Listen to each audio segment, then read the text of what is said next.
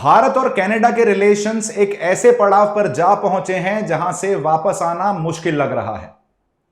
पिछले 1 साल से चल रही डिप्लोमेटिक टसल के बाद कल भारत ने 14 अक्टूबर को भारत ने अपने 6 डिप्लोमेट्स को कनाडा से वापस बुला लिया है और कैनेडियन डिप्लोमेट्स को भारत से एक्सपेल कर दिया है।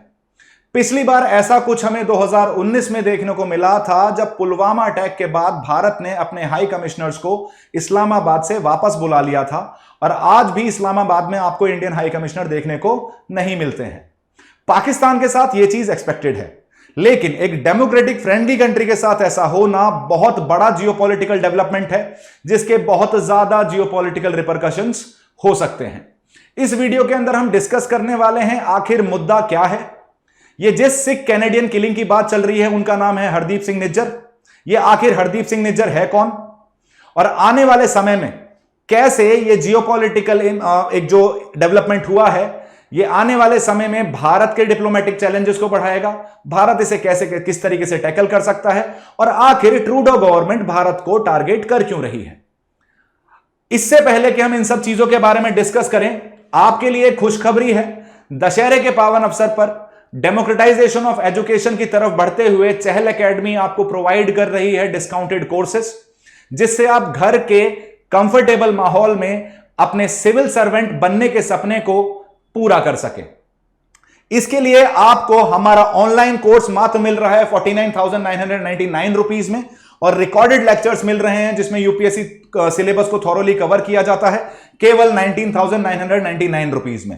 आपको एक कोड यूज करना है, दैट इज DUSS50, जिससे आप हमें अपने सपने के साथ जोड़ सके, क्योंकि हमारा चहल एकेडमी का मोटो है your success is our responsibility. चलिए आगे बढ़ते हैं, समझने की कोशिश करते हैं कि आखिर हुआ क्या।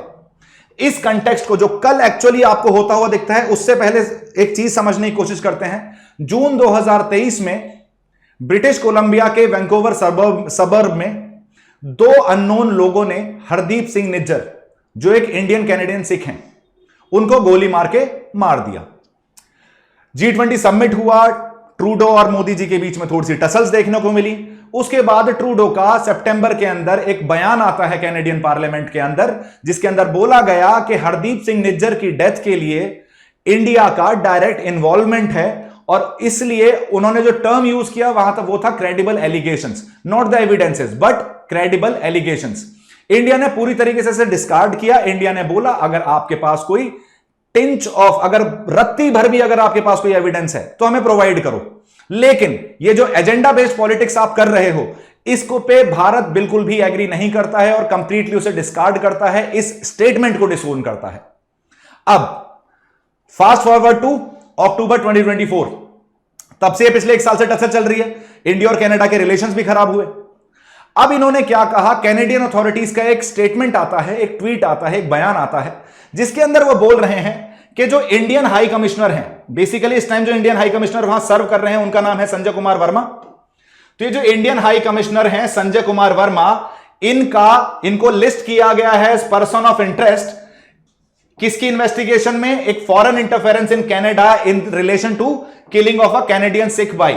ये स्टेटमेंट किसने दिया है, कैनेडियन गवर्नमेंट ने दिया है। ये पूरा स्टेटमेंट कैनेडियन गवर्नमेंट का आसान भाषा में यह कहता है कि जो हरदीप सिंह निज्जर का असैसिनेशन हुआ था उसमें कहीं ना कहीं भारतीय हाई कमीशन भी इन्वॉल्व है और यह बहुत ही बड़ा और बहुत ही गहरा इल्जाम है जो भारत की सोवरेनिटी, भारत की पीसफुल अप्रोच, भारत के वसुधैव कुटुंबकम के आइडियल प्रिंसिपल को क्वेश्चन करता है, उसे टारगेट करता है। भारत ने नो नॉनसेंस पॉलिसी को अपनाते हुए इस स्टेटमेंट को कंप्लीटली डिस्कार्ड कर दिया है। अगली चीज भारत ने क्या की है, आप जनरली भारत को ऐसे स्टेटमेंट देते हुए नहीं देखते, लेकिन भारत ने पूरी एक लंबी चिट्ठी लिखकर भेजी है कनाडा को, जिसमें शोकेस किया है कि वो इस एजेंडा से बिल्कुल भी डरने वाले नहीं है, बिल्कुल भी दबने वाले नहीं है और किसी भी तरीके से इन फॉल्स एलिगेशंस के अंडर फॉल नहीं करने वाले हैं।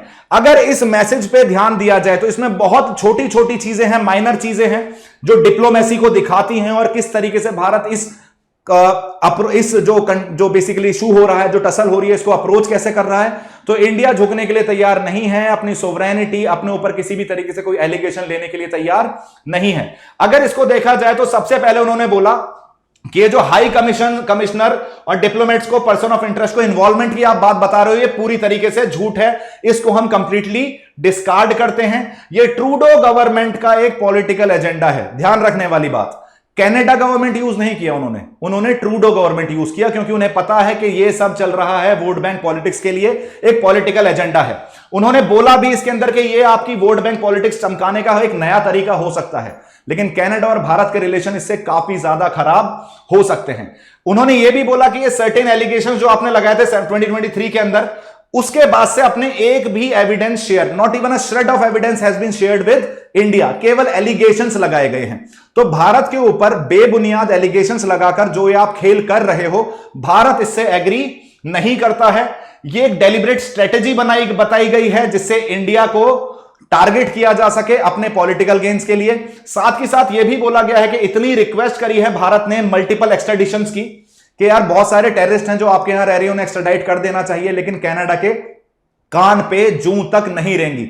उन्होंने कोई इनिशिएशन नहीं लिया कि जो एंटी इंडियन फोर्सेस कनाडा में काम कर रही हैं उनको भारत वापस भेजा जाए। यह भी बोला गया कि जो ट्रूडो हैं उनकी हॉस्टिलिटी इंडिया के अगेंस्ट 2018 से ही देखने को मिल रही है। जब फार्म लॉ प्रोटेस्ट हुई थी तब भी ट्रूडो फार्म लॉज को सपोर्ट करते हुए दिखे थे, उसमें आपको majority of the Sikh population include होती हुई दिख जाती है। अब प्रॉब्लम क्या है? प्रॉब्लम यह है फार्म लॉ भारत का इंटरनल मैटर है। जस्टिन ट्रूडो यहां से मीलों दूर बैठ के, कनाडा में बैठ के आखिर इंटरफेयर क्यों कर रहे हैं भारत के इंटरनल मैटर्स में, जो एक और चीज दर्शाता है कि इस टाइम पे ट्रूडो भारत को एक टूल की तरह इस्तेमाल करना चाहते हैं। जो उनकी खोई साख है कनाडा के अंदर, जो अगला इलेक्शन होने वाले हैं उसमें श्योर शॉट ये हो चुका है कि ट्रूडो ये इलेक्शन हारने वाले हैं। क्यों हारने वाले हैं वो हम आगे भी डिस्कस करेंगे, लेकिन अपनी वो जो बची कुची साख है उसको बचाने के लिए, कोई ऐसा मैटर पिक्चर में लाने के लिए जिससे उनके ऊपर जो एलिगेशंस लग रहे हैं, उनकी फेलियर जो सामने निकल के आ रही हैं, उनको साइडलाइन करके एक ऐसे मुद्दे पे बात की जा सके जिससे वो अपनी थोड़ी बहुत इज्जत बचा सकें। और इसके लिए उन्होंने गलत आदमी को चुन लिया है, गलत देश को चुन लिया है, एक ऐसे देश को चुन लिया है जो इस टाइम दुनिया की चौथी लार्जेस्ट इकोनॉमी है, 1/5 पॉपुलेशन को रिप्रेजेंट करती है दुनिया में, ग्लोबल साउथ की लीडरशिप रखती है अपने पास। अब ये 1960 और 1950 वाला भारत नहीं है, ये 2024 वाला भारत है, 21वीं शताब्दी वाला भारत है। ऐसे एलिगेशंस हमारे ऊपर अगर आप लगाएंगे तो आप ये एक्सपेक्ट नहीं करेंगे कि हम चुपचाप इन्हें सहले और अपने हाई कमिश्नर्स, अपने कॉन्सुलर्स को बेइज्जत होने दें किसी दूसरे देश में। आपके देश में हमारे हाई कमिश्नर्स की पुतले जलाए जा रहे हैं, उनके पुतलों के ऊपर गोलियां मारी जा रही हैं, उनको जान की धमकियां दी जा रही हैं। आप सेफ्टी प्रोवाइड नहीं कर पा रहे। कहां गया वियना कन्वेंशन जो कॉन्सुलर एक्सेस की बात करता है, कॉन्सुलर प्रोटेक्शन की बात करता है? आप उसको सेफ गार्ड नहीं कर पा रहे। हमारे भारतीयों की सेफ्टी को सेफ गार्ड नहीं कर पा रहे। एंटी इंडियन पर्सपेक्टिव आपको कनाडा के अंदर रन करते हुए दिखते हैं in the name of freedom of speech and expression. तो freedom of speech and expression absolute नहीं हो सकता ना। अगर आप किसी भी तरीके से हमारे देश में एंटी इंडियन फोर्सेस को सपोर्ट करेंगे, अपने देश में हमारे यहां टेररिस्ट अटैक कराने के लिए कैंप्स रन करेंगे, तो आप ये एक्सपेक्ट नहीं करेंगे कि आप वहां से एलिगेशंस भी लगाएं और हम उनको सर झुका के एक्सेप्ट कर लें। वो वेस्टर्न डोमिनेशन का समय गया। देखो एक चीज होती है, जयशंकर जी ने एक बात कही थी कि इनकी ये जो गंदी आदत है ना दूसरों की डेमोक्रेसी में इंटरफेयर करने की, ये जाते जाते जाएगी। क्यों जाएगी जाते जाते? 300 साल तक इन्हें गंदी आदत पड़ चुकी है। इन्हें लगने लगा है कि दुनिया केवल यही है और जो बाकी देश हैं उनके पास सोवरेन डिसीजन मेकिंग की कोई अथॉरिटी नहीं है। पहले कॉलोनियलिज्म के थ्रू, फिर स्टार्टिंग में यूएस हेजेमनी के थ्रू, इवेंचुअली वेस्टर्न हेजेमनी के थ्रू। आज की डेट में जब वर्ल्ड ऑर्डर चेंज हो रहा है, जब पावर शिफ्ट देखने को मिल रहा है वेस्ट से ईस्ट की तरफ को, तो ये चीज इनसे डाइजेस्ट हो नहीं रही और उसका आउटकम आपको कुछ इस तरीके से देखने को मिलता है, इन एलिगेशंस के थ्रू देखने को मिलता है। इसलिए काफी हार्ड स्टैंड लेकर भारत ने क्लियर कट तरीके से कह दिया है कि ये बदतमीजी, ये असर्शन, ऐसे बेबुनियाद एलिगेशंस हमारे ऊपर नहीं लगाए जा सकते। इस चीज को एक्सेप्टेबल नहीं माना जा सकता। ऐसा भी माना गया है, इस लिस्ट के अंदर यह भी बोला गया है कि आप अगले इलेक्शन हारने वाले हो, आपको पता है आपकी सरकार गिरने वाली है, आप जिसका सपोर्ट लेते हो पूरी तरीके से वो खालिस्तानी मूवमेंट को सपोर्ट करते हैं। हम बात कर रहे हैं जगदीप सिंह जग्गी की, जिनकी न्यू डेमोक्रेटिक पार्टी है। आप उनके सपोर्ट से सरकार बना के खड़े हो और वो क्या है, वो प्योरली खालिस्तानी पर्सपेक्टिव को सपोर्ट करते हुए दिखते हैं, एंटी इंडियन फोर्सेस को सपोर्ट करते हुए दिखते हैं, वन इंडिया में बिलीव नहीं कर रहे हैं। थोड़े दिन पहले आपके मिनिस्टर यहां आके बोल के गए कि वो वन इंडिया में बिलीव कर रहे हैं, लेकिन आपके वर्ड्स और आपके एक्शंस तो मैच ही नहीं कर रहे। बोलते आप हो कि वन इंडिया में बिलीव कर रहे हो, एक्शंस आपके कुछ ऐसे देखने को मिलते हैं। तो जब आप ऐसे एक्शंस करोगे तो आप पे भरोसा कैसा किया जाए? आपको एक इंटीग्रल नेशन कैसे माने हम, जब आपके वर्ड्स और आपके एक्शंस मैच ही नहीं कर रहे, उसमें सिनर्जी ही नहीं है, तो इन्हें किसी भी तरीके से एक्सेप्टेबल नहीं माना जा सकता। साथ के साथ हमने यह भी बोला कि तुमने कंटिन्यूअसली, ट्रूडो गवर्नमेंट ने कंटिन्यूअसली स्पेस प्रोवाइड किया है वायलेंट एक्सट्रीमिस्ट और टेररिस्ट को, जो इंडियन डिप्लोमेट्स को धमकाते हैं, इंडियन कम्युनिटी लीडर्स को डराते हैं कनाडा के अंदर, उनकी जान को उनको जान की धमकी देते हैं, जान से मारने की धमकी देते हैं। साथ के साथ हमने बोला जिनके ऊपर तुम एलिगेशंस लगा रहे हो, आज की डेट में संजय कुमार वर्मा, जो भारत के इस टाइम पे हाई कमिश्नर हैं, कहां? कनाडा के अंदर। सबसे पहले तो एक टर्म मैं समझाना चाहता हूं आपको, हम एम्बेसडर क्यों नहीं बोल रहे, हाई कमिश्नर क्यों बोल रहे हैं, इसको भी समझिए। जितनी भी कॉमनवेल्थ कंट्रीज हैं वहां हम एम्बेसी टर्म ना यूज करके basically high commission term use करते हैं। फॉर एग्जांपल कॉमनवेल्थ कंट्रीज का मतलब जहां जहां ब्रिटिशर्स ने रूल किया है, जो जो भी ब्रिटिशर्स की कॉलोनीज थी, उस जगह इंडिया की एम्बेसी टर्म ना यूज करके हम इंडिया का हाई कमीशन टर्म यूज करते हैं। और Canada is one of the Commonwealth countries, इसलिए एम्बेसी टर्म ना यूज करके हम हाई कमीशन टर्म यूज करते हैं। तो जो इस टाइम इंडिया के हाई कमिश्नर हैं संजय कुमार वर्मा, इस टाइम पे इंडियन फॉरेन सर्विसेज के सबसे सीनियर मोस्ट डिप्लोमेट हैं। इनसे 36 साल का एक्सपीरियंस है इनके पास, इनसे ज्यादा सीनियर इस टाइम फॉरेन सर्विसेज में कोई भी देखने को नहीं मिलता है। 36 साल का इनका करियर है। इससे पहले ये एम्बेसडर की तरह सर्व कर चुके हैं जापान में, सूडान में, इटली में, और टर्की और वियतनाम और चाइना में भी ये सर्व कर चुके हैं। और किसी भी तरीके से कैनेडियन गवर्नमेंट का इनको बैड लाइट में दिखाना भारतीय गवर्नमेंट नहीं सहेगी, भारतीय गवर्नमेंट नहीं झेलेगी। और इंडिया ने, भारतीय मिनिस्ट्री ऑफ एक्सटर्नल अफेयर्स ने जो स्टेटमेंट दिया है वो काफी क्लियर कट तरीके से बता देता है कि हमारी नो टॉलरेंट अप्रोच है towards anything which is anti Indian, which is targeting India, which is targeting the interest of India, which is targeting the integrity of India। चाहे वो कनाडा करे, चाहे वो यूएस करे, चाहे वो पाकिस्तान करे, चाहे वो चाइना करे, हम किसी भी तरीके से अपनी इंटीग्रिटी को क्वेश्चन नहीं होने दे सकते। और जो हमारी एक इमेज है, एक इंक्लूसिव अप्रोच है हमारी दुनिया को लेकर, उसको भी हम क्वेश्चन नहीं होने देते। ये तो जो दो स्टेटमेंट हैं इंडिया की, बेसिकली क्या हुआ, कल जो हाई कमिश्नर हैं चार्ल्स डे अफेयर्स जो हैं कनाडा के, उनका एक स्टेटमेंट आया कि इंडिया इतने टाइम से जो मांग रहा था एविडेंसेस, वो एविडेंसेस हमें मिल चुके हैं, इसलिए हमें पता है कि भारत का डायरेक्ट रोल है इस किलिंग के अंदर।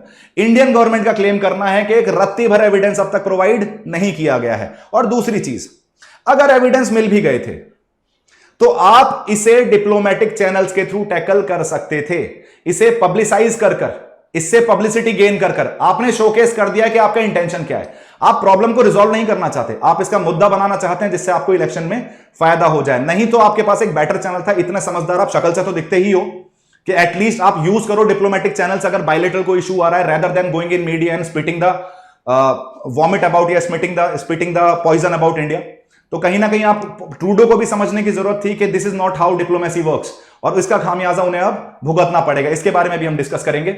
इंडिया का स्टेटमेंट आया था, Canadian government has not shared a shred of evidence with the government of India despite many request from our side. हम बोल रहे हैं, बहुत टाइम से हम रिक्वेस्ट कर रहे हैं कि भाई एलिगेशंस मत लगाओ, एविडेंस है, सबूत है, प्रोवाइड करो, उसके ऊपर एक्शन लेंगे। दूसरी चीज, इतने मल्टीपल एक्सट्रेडिशन रिक्वेस्ट हम भेज चुके हैं, किन के अगेंस्ट? जहां जहां गवर्नमेंट ऑफ इंडिया ने जिनको टेररिस्ट क्लेम कर रखा है और जो कनाडा में रह रहे हैं, उनके अगेंस्ट हमने एक्सट्रेडिशन की रिक्वेस्ट भेजी है, लेकिन किसी भी तरीके से कनाडा ने उस पर काम नहीं किया और कंप्लीटली उन्हें डिसरिगार्ड कर दिया है। भारत का एक और स्टेटमेंट आया, जैसे ही हमने अपने 6 डिप्लोमेट्स तो हमने वापस बुला ही लिए। जितने भी डिप्लोमेट्स आपको कनाडा में फंक्शन करते हुए दिख रहे थे, इंक्लूडिंग संजय कुमार वर्मा, जिनके पुतले जलाए जा रहे हैं, जिनके पुतलों पर गोलियां चलाई जा रही हैं कनाडा में, और कनाडा की सरकार के कान पे जूं तक नहीं रेंग रही इस चीज को लेकर कि किसी और सोवरेन कंट्री के हाई कमिश्नर की जान पर बनाई है, लेकिन तुम उसी को ब्लेम कर रहे हो because he is the person of interest in killing of Canadian Sikh Hardeep Singh Nijjar, जो बहुत बड़े बहुत इंपॉर्टेंट कैनेडियन सिटीजन माने जा रहे हैं। उनका भी इतिहास देखेंगे। अभी हरदीप सिंह निज्जर हैं कौन? भारत ने जितने भी 6 के 6 डिप्लोमेट्स भारत के कनाडा के काम करते हुए दिख रहे थे, सबको एक्सपेल कर दिया है और बोला है 19 अक्टूबर से पहले यहां से कट लो भाई, यहां से निकलो। 19 अक्टूबर के बाद कैनेडियन डिप्लोमेट भारत में नहीं रहेंगे, और अगर वो रहते हैं और उनके साथ कुछ बुरा होता है तो इंडियन गवर्नमेंट की रिस्पॉन्सिबिलिटी नहीं है। तो थ्रेशोल्ड डेट जो प्रोवाइड कर दिया, दैट इज 19 अक्टूबर। अब हम ये समझने की कोशिश करते हैं कि जिनके ऊपर ये सारा ड्रामा चल रहा है, ये हरदीप सिंह निज्जर आखिर है कौन, जिसकी वजह से भारत और कनाडा के रिलेशंस खराब होते हुए दिखते हैं। इन भाई साहब का जन्म भारत में हुआ था। कहां हुआ था? जालंधर, पंजाब में हुआ था। 1997 के अंदर ये कनाडा मूव कर जाते हैं। कनाडा में कहां मूव करते हैं? ब्रिटिश कोलंबिया के अंदर। वहीं ब्रिटिश कोलंबिया में सेटल होने के बाद ये अपने आप को एक वोकल एडवोकेट बना लेते हैं। किसका? एक खालिस्तानी मूवमेंट का, जो एक सेपरेट होमलैंड स्टेट मांगता है सिख्स के लिए, जिन्हें सिख्स को एक रिलीजियस माइनॉरिटी की तरह देखा जाता है। सिख भारत का इंटीग्रल हिस्सा है, पंजाब भारत का इंटीग्रल हिस्सा है, कोई माइकालाल उसे भारत से अलग नहीं कर सकता। सिख ने इस देश के लिए, इस धरती के लिए जो कॉन्ट्रीब्यूशंस दिए हैं वो किसी भी तरीके से कंपेयर नहीं किए जा सकते। और कुछ ऐसी आइडियोलॉजी वाले लोग जो भारतीय सिख पर सवाल उठवा रहे हैं, उनका एजेंडा कभी फुलफिल नहीं होगा। कनाडा में जाकर आपको यही चीज करते हुए दिखते हैं। ये खालिस्तान की डिमांड कर रहे हैं, एक सेपरेट सिख स्टेट की डिमांड कर रहे हैं, लेकिन भारत में कहां रहकर? पाकिस्तान में रहकर। तो तुम्हें पाकिस्तान वाला पंजाब नहीं चाहिए? मतलब तुम्हारे हिसाब से जो सिख स्टेट है वो केवल भारत के अंदर, ये प्योरली प्रोपेगेंडा है। पाकिस्तान का रचाया हुआ प्रोपेगेंडा, कनाडा का रचाया हुआ प्रोपेगेंडा, यूएस सपोर्टेड प्रोपेगेंडा और वेस्ट सपोर्टेड प्रोपेगेंडा, जिससे उनकी बार्गेनिंग कैपेसिटी इंडिया के अगेंस्ट बनी रहे। इंडिया कभी भी सेटल्ड और स्टेबल ना दिखे, हमेशा आपको एक ऐसा पर्सपेक्टिव दिखे कि इंडिया के अंदर डिस्टर्बेंसेस चल रहे हैं और लोग भारत से अलग होना चाहते हैं। भारत के अंदर अगर आप आज देखोगे तो majority of the Khalistani movement आपको भारत में रन करता हुआ ही नहीं दिखेगा। Majority is west oriented. Canada में रन करता हुआ दिखेगा, वहां गुरपतवंत सिंह पन्नू जो है सिक्स फॉर जस्टिस वाला, वो यूएस से रन करता हुआ दिखेगा, इंग्लैंड में रन करता हुआ दिखेगा, बेसिकली यूके के अंदर, जर्मनी में रन करता हुआ दिखेगा, ऑस्ट्रेलिया में दिखेगा। लेकिन भारत के अंदर इनकी इतनी औकात नहीं है कि खालिस्तान के बारे में ये बात करते हैं। बाहर बैठकर ये खालिस्तानी एजेंडा को रन करने की कोशिश करते हैं, इंडिया का नाम बदनाम करने की कोशिश करते हैं। इसके बाद इनको भारत ने टेररिस्ट, इस हरदीप सिंह निज्जर को भारत ने टेररिस्ट डिक्लेयर कर रखा है। इसको माना जाता है कि ये एक मास्टरमाइंड है। किसके खिलाफ? Khalistani tiger force. Khalistan tiger force एक टेररिस्ट ऑर्गेनाइजेशन है जो भारत के अंदर खालिस्तान जैसे एक बेबुनियाद मूवमेंट को सपोर्ट करती है। साथ के साथ हमें यह पता चलता है, जब ये अभी रिसेंटली लास्ट ईयर जून 2023 में इनकी उम्र थी 45 साल की, और इनको शाम के वक्त ये गुरुद्वारे से बाहर निकल रहे थे, दो अननोन लोगों ने, दो गनमैन ने, जिन्होंने डार्क क्लोथ पहने हुए थे, इनको गोली मारकर इनकी हत्या कर दी वैंकूवर सबर्ब के अंदर। राइट, तब से ये इशू राइज होना शुरू हुआ। तब से क्वेश्चन उठने शुरू हुए कि एक इंडो कैनेडियन सिख को, जो कैनेडियन सिटीजन है, उसे कनाडा के अंदर कैसे मार दिया गया। अब सबसे पहले इनके बारे में थोड़े से और इनकी और चर्चाएं करते हैं, जानते हैं कितने महान लोग हैं, ये कितना महान है हरदीप सिंह निज्जर। इनको इंडिया के टेररिस्ट एक्ट के अंदर बहुत सारे केसेस के अंदर वांटेड माना गया है। उसमें से कुछ केसेस हैं, 2007 के अंदर पंजाब के अंदर एक सिनेमा बॉम्बिंग हुई थी जिसमें 6 लोग मारे गए थे और 40 लोग इंजर्ड हुए थे। डायरेक्ट इन्वॉल्वमेंट था हरदीप सिंह निज्जर का। उसके बाद भारत के एक सिख इंडियन पॉलिटिशियन थे जिसका नाम है रुलदा सिंह। इन रुलदा सिंह की हत्या और असैसिनेशन के लिए भी हरदीप सिंह निज्जर को रिस्पॉन्सिबल माना जाता है। एक ऐसे इंसान को जो भारत में टेररिस्ट है, उसको आपने पनाह दे रखी है। साथ के साथ वो कर क्या रहा है वहां? वो ब्रिटिश कोलंबिया के अंदर टेररिस्ट ट्रेनिंग कैंप चला रहा है, ऐसे लोगों को तैयार कर रहा है जो भारत के ऊपर अटैक्स कैरी आउट कर सकें। तो एक टेररिस्ट आपने अपने देश में पाल के रख रखा है, उसकी डेथ के बाद आप इंडिया को, एक तो गलती तुम्हारी, मतलब बेसिकली चिट भी मेरी, पट भी मेरी, बदतमीजी भी मैं करूं और एलिगेशंस भी मैं ही लगाऊं। 2022 में इंडिया की जो नेशनल इन्वेस्टिगेशन एजेंसी है, उन्होंने टेरर रिलेटेड क्राइम्स के लिए हरदीप सिंह निज्जर के ऊपर 1.2 मिलियन का रिवॉर्ड घोषित किया था। जो भी इंसान हरदीप सिंह निज्जर के बारे में इंफॉर्मेशन प्रोवाइड करता है, उसे 1.2 मिलियन डॉलर्स का रिवॉर्ड दिया जाएगा। इससे हमें पता चलता है कि यह आदमी भारत की इंटीग्रिटी और भारत की सिक्योरिटी के लिए कितना बड़ा खतरा था। एक और बात सुनो, कैनेडियन पुलिस का कहना है कि 2016 में ही उन्हें पता था कि कौन कौन से एलिगेशंस लगाए गए हैं निज्जर के ऊपर, लेकिन अभी तक उन्हें कनाडा में चार्ज नहीं किया गया। क्यों नहीं किया गया? Of course cause of political reason. भाई राजनीति भी तो चलानी है अपनी, पॉलिटिक्स भी तो रन करनी है। अगर खालिस्तानी एजेंडा के अगेंस्ट खड़े हो जाएंगे तो सारे सिख वोट चले जाएंगे कनाडा के अंदर से। वो ट्रूडू के बस की है नहीं, क्योंकि ट्रूडू खुद के बस पे तो जीत नहीं सकता, अपने बलबूते पे उसका जीतना इंपॉसिबल है। वो भी हम देखेंगे क्यों। अब हम ये देखने की कोशिश करते हैं कि आखिर कनाडा भारत के साथ अपने रिलेशंस रिस्क कर क्यों रहा है। इसको समझने के लिए एक बेसिक सा पर्सपेक्टिव देखते हैं। ये जो कंजर्वेटिव पार्टी है, एक रिसेंटली एक सर्वे किया गया, एक पोल किया गया कि कौन लोग कौन सी पार्टी को सपोर्ट कर रहे हैं, कि अगर आज ही इलेक्शंस हो जाए तो कौन कौन जीत सकता है। कंजर्वेटिव पार्टी जो प्रेजेंट डे में अपोजिशन पार्टी है, ट्रूडू की जो अपोजिशन है, उसको 42.8% लोग सपोर्ट करते हुए दिख जाते हैं। जो ट्रूडू की आरसीएमपी लिबरल पार्टी है, उसको मात्र 22.8%, 22.8% लोग सपोर्ट करते हैं। यह है न्यू डेमोक्रेटिक पार्टी, एनडीपी। इसको हेड करते हैं जगमीत सिंह जग्गी। अब तक लिबरल और एनडीपी साथ मिलकर काम करते थे। बेसिकली आप यह समझने की कोशिश करिए कि कनाडा के अंदर जितने भी आपको खालिस्तानी मूवमेंट रन करते हुए दिखते हैं, that is cause of this NDP party. Jagmeet Singh Jaggi ये रेस्पॉन्सिबल हैं प्रो खालिस्तानी एजेंडा के लिए, जो आज की डेट में आपको कनाडा के अंदर रन करते हुए दिखते हैं। ट्रूडो अपनी सरकार चला रहे थे इस एनडीपी के साथ मिलकर। पिछले कुछ महीनों पहले, 1-2 महीने पहले, एनडीपी ने ट्रूडो का साथ छोड़ दिया। जगमीत सिंह जग्गी ने डंप डाउन कर दिया किसको? ट्रूडो को, कि तेरे साथ अलायंस में नहीं रहूंगा। जैसे ही अलायंस इन्होंने छोड़ो, ट्रूडो के नंबर्स लूज हो गए पार्लियामेंट से। इस टाइम पे ट्रूडो के पास फुल मेजोरिटी सरकार नहीं है कनाडा में, और आने वाले इलेक्शंस में ये दोनों अलग इलेक्शंस लड़ने वाले हैं, जिससे साफ पता चल रहा है इस सर्वे से कि ट्रूडो अगला प्रधानमंत्री नहीं बनेगा कनाडा का। अब इससे हमें एक और चीज पता चलती है, ट्रूडो के पास मुद्दा कोई बचा नहीं। ट्रूडो किसको पिक्चर में लेके आया? फिर से इंडिया को लेके आया, जिससे उसके ऊपर जो एलिगेशंस लग रहे हैं, करप्शन के एलिगेशंस लग रहे हैं, ओवर स्पेंडिंग के एलिगेशंस लग रहे हैं, इन्वॉल्वमेंट इन फॉरेन इंटरफेरेंस वाला पर्सपेक्टिव, एक कमीशन के सामने जाके बैठने वाले हैं वो। इन सब चीजों से अपना ध्यान भटकाने के लिए, जनता का ध्यान भटकाने के लिए, एक नेशनलिस्टिक पर्सपेक्टिव राइज कराने के लिए, ये बोलने के लिए कि कनाडा की सिक्योरिटी के लिए ट्रूडो कितना कुछ कर रहे हैं, इंडिया जैसी कंट्री से जाके भिड़ गए, वो one of the most important nation जो है आज की डेट में दुनिया में, उससे जाके डायरेक्टली टसल कर दिया फॉर द कैनेडियन सिक्योरिटी। तो अपने आप को एक गुड लाइट में, एक नेशनलिस्ट लीडर की तरह शोकेस करने के लिए उन्होंने ये सारा ड्रामा रचा है अपनी वोट बैंक पॉलिटिक्स के लिए। आई गेस इस मैप से आपको समझ में आ रहा होगा कि क्यों एनडीपी और लिबरल का अलग होना ट्रूडो के लिए बेचैनी का एक सबब बन चुका है, और इस वजह से वो फड़फड़ा रहे हैं और ऐसी हरकतें कर रहे हैं जिससे भारत और कनाडा के रिलेशंस खराब होते हुए दिख रहे हैं आज की डेट में। हमें आगे बढ़ते हैं। वेस्टर्न मीडिया का एजेंडा देखो आप। इंडिया को जैसे ही पता चला कि इंडियन हाई कमिश्नर के ऊपर इन्होंने एलिगेशंस लगाए as person of interest in the killing of a Canadian Sikh, भारत ने अपने सारे डिप्लोमेट वापस बुलाया और कनाडा के डिप्लोमेट को एक्सपेल कर दिया। वॉशिंगटन पोस्ट, न्यूयॉर्क टाइम्स, देखो जब भी कुछ ऐसा होगा ना वेस्ट के साथ, ये सारे चंगू मंगू ने एक साथ इकट्ठे आके बैठ जाते हैं, हिपोक्रेट्स।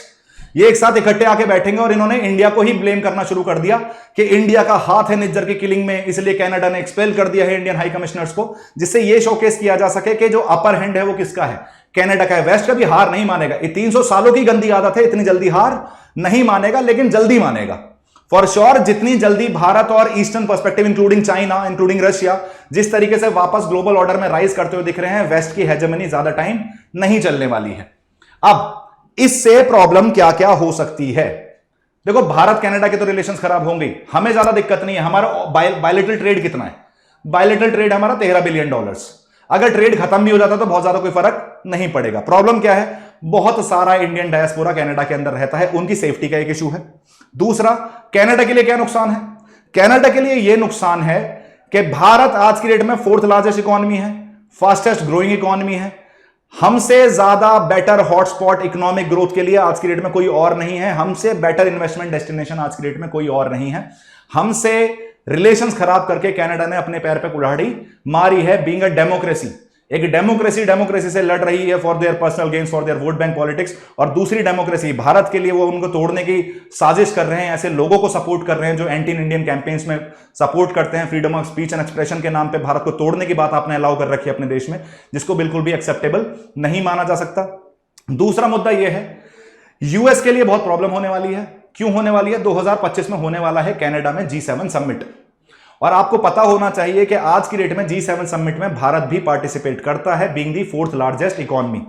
अगर भारत G7 समिट में, डायरेक्टली मना करना चाहिए भारत को कि मैं इस G7 समिट में नहीं आऊंगा क्योंकि ये कनाडा में हो रहा है, और Canada anti India campaign run करता है अपने देश के अंदर just for the political gains, और ऐसे लोगों को डायरेक्टली सपोर्ट करता है जो भारत को तोड़ने की बात करते हैं। G7 समिट में नहीं जाएंगे, लेकिन कहां जाएंगे? कजान में ब्रिक्स समिट होने वाला है रशिया के अंदर, वहां जाएंगे। एससीओ समिट होने वाला है, उसमें जाएंगे। तो कहीं ना कहीं इंडिया का जो स्टैंड है, इंडिया का स्टैंड टिल्टेड दिखेगा टुवर्ड्स चाइना एंड रशिया। ये यूएस के लिए अच्छा नहीं है, ये बहुत ही बड़ा जियोपॉलिटिकल डेवलपमेंट हो सकता है। कनाडा, इसमें 5 आई अलायंस का भी एक सीन है। 5 आई अलायंस क्या है? 5 आई अलायंस वो 5 कंट्री हैं जो वर्ल्ड वॉर 2 से इंटेलिजेंस शेयरिंग का काम करती हैं। इसमें कौन कौन सी 5 कंट्रीज हैं? इसमें यूएस है, कनाडा है, यूके है, ऑस्ट्रेलिया है और न्यूजीलैंड है। इस 5 आई अलायंस का भी एक मेजर रोल रहेगा। इस 5 आई अलायंस में मैं शॉर्ट तरीके से कह सकता हूं, लास्ट टाइम भी जब ये हुआ था सितंबर 2023 में ये इशू, तो ऑस्ट्रेलिया, न्यूजीलैंड, यूके और बेसिकली इन 3 कंट्रीज ने, बाकी कनाडा और यूएस तो हैं, इन 3 कंट्रीज ने बोला था बोथ आर आवर फ्रेंड्स, इन्हें बायलैटरल तरीके से सुलझाना चाहिए चीजों को, डिप्लोमेटिक डायलॉग से रिजॉल्व करना चाहिए। लेकिन ट्रूडो उसके लिए तैयार नहीं है। ट्रूडो को चाहिए नाम, ट्रूडो को चाहिए मीडिया, ट्रूडो को चाहिए फेम, ट्रूडो को करना है ड्रामा अपने पॉलिटिकल गेन्स के लिए। इसलिए आपको ये पॉलिटिकल एजेंडा भी बनता हुआ दिख रहा है। यूएस के अंदर लिबरल पार्टी बैठी है इस टाइम पे बाइडन की, तो of course they will be supporting a liberal perspective of Trudeau. और भारत के अंदर आपको एक राइट पर्सपेक्टिव देखने को मिल जा रहा है, एक ये भी एक आइडियोलॉजिकल टसल भी है ये। लेकिन यूएस के लिए चीजें डिफिकल्ट होने वाली हैं। भारत को किसी भी तरीके से झुकने की जरूरत नहीं है, क्योंकि अगर भारत झुक गया तो एक ऐसा मैसेज देगा कि भारत के ऊपर एलिगेशंस लगा के उनके हाई कमिश्नर्स को भी टारगेट किया जा सकता है। इंडिया बिल्कुल भी इस चीज के लिए तैयार नहीं है और ना उसे होना चाहिए। तो हमारा मेन फोकस ये रहना चाहिए कि हमारी इंडिपेंडेंस, हमारी सोवरेनिटी और ये जो साइकोलॉजिकल मेंटेलिटी है ना हमारी, अभी साइकोलॉजिकल कॉलोनियलिज्म जो हमारे साथ है कि हमें हर चीज के लिए वेस्ट वैलिडेशन चाहिए, पहले से साइडलाइन करो, नहीं चाहिए। खुद के पास हम ग्लोबल साउथ के लीडर हैं, हम अपने आज की डेट में उन्हें हमारी ज्यादा जरूरत है, रहता था हमें उनकी जरूरत है, तो हमें अपना स्टैंड बरकरार रखना चाहिए। हमें दिखाना चाहिए कनाडा को कि आज की डेट में भारत के साथ कंपीट करके, भारत से झगड़ा मोल के आप किसी भी तरीके से ग्लोबल पर्सपेक्टिव में कोई फायदा गेन नहीं कर सकते। एक एस्पेक्ट और जो बिगड़ सकता है वो है Indo Pacific strategy. US, Canada, India जो है वो सेम लाइन पे है जो हम चाइना का अगेंस्ट देखते हैं इंडो पैसिफिक स्ट्रेटेजी में, तो उसमें भी कुछ आपको नए डेवलपमेंट्स देखने को मिल सकते हैं। यूएस का स्टैंड डिसाइड करेगा वो किस डायरेक्शन में मूव करने की कोशिश करता है। US most probably issue perspective पे चलेगा, हो सकता है इस इशू पे वो कनाडा को सपोर्ट कर दे, लेकिन इंडो पैसिफिक पर्सपेक्टिव पे वो इंडिया के साथ ही रन करता हुआ दिखे। ये सारी जो चीजें हुई, इससे हमें यह पता चलता है कि इन अ ग्लोबलाइज्ड वर्ल्ड आपका इंटरनल मैटर भी आपके इंटरनेशनल रिलेशंस को कैसे मैटर इंपैक्ट कर सकता है और किस तरीके से इफेक्ट कर सकता है, किस तरीके से बिगाड़ सकता है। बट हमें ध्यान यह रखने की जरूरत है कि हम एक बहुत ही रेस्पॉन्सिबल नेशन है, हमें कोई हेस्टी डिसीजंस नहीं लेने चाहिए डिप्लोमेटिकली। हमारी एक इमेज है, Trudeau Canada is not very much relevant in the global politics at the present. सबसे पहले तो हमेशा शेडोड रहता है under the shadow of US. तो majority of the North America में जब आप बात करते हो तो आप यूएस की बात करते हो। कनाडा का बहुत ज्यादा जियोपॉलिटिकल रेलेवेंस नहीं है, वही पीछे पीछे पूंछ पकड़ के चल रहा है कनाडा की वो, यूएस की वो। लेकिन हमारा जियोपॉलिटिकल रेलेवेंस बहुत ज्यादा है और अब ये समय आ चुका है शो करने का किस तरीके से कनाडा की इस हरकत को भारत काउंटर करे, आने वाली ऐसी हरकत को मेक श्योर करे कि दूसरा देश ऐसी हरकत करने की कोशिश ना करे। ग्लोबल पर्सपेक्टिव में एकजुटता की जरूरत है, ग्लोबल साउथ को इकट्ठा होने की जरूरत है, जिससे वेस्टर्न जो हेजेमनी है और जो ऐसी हरकतें वेस्टर्न कंट्रीज करती हैं और उन्हें ऐसा लगता है कि they have the full right to interfere in our democracy, लेकिन जब हम उनकी डेमोक्रेसी में इंटरफेयर करते हैं तो उन्हें दिक्कत है। मतलब for example in the words of S Jaishankar ji कि you have all the right to comment on my democracy but you should also be ready when I comment back. पर ये कमेंट बैक के लिए तैयार नहीं है। तो इन सब पर्सपेक्टिव को देखते हुए हमें पता चलता है कि कनाडा अपने पैर पे कुल्हाड़ी मार चुका है, भारतीय और कैनेडियन रिलेशंस खराब हो चुके हैं। आने वाले समय में भी हम इनसे रिलेटेड वीडियोस बनाते रहेंगे, जैसे जैसे ये इशू आगे बढ़ता हुआ दिखेगा, जैसे जैसे कुछ नए डेवलपमेंट्स होते हुए दिखेंगे आपको सर्टेनली इन्फॉर्म किया जाएगा। तो जुड़े रहिए हमारे साथ चहल एकेडमी पे, subscribe to our channels. That's all from my end, thank you so much guys and have a good day.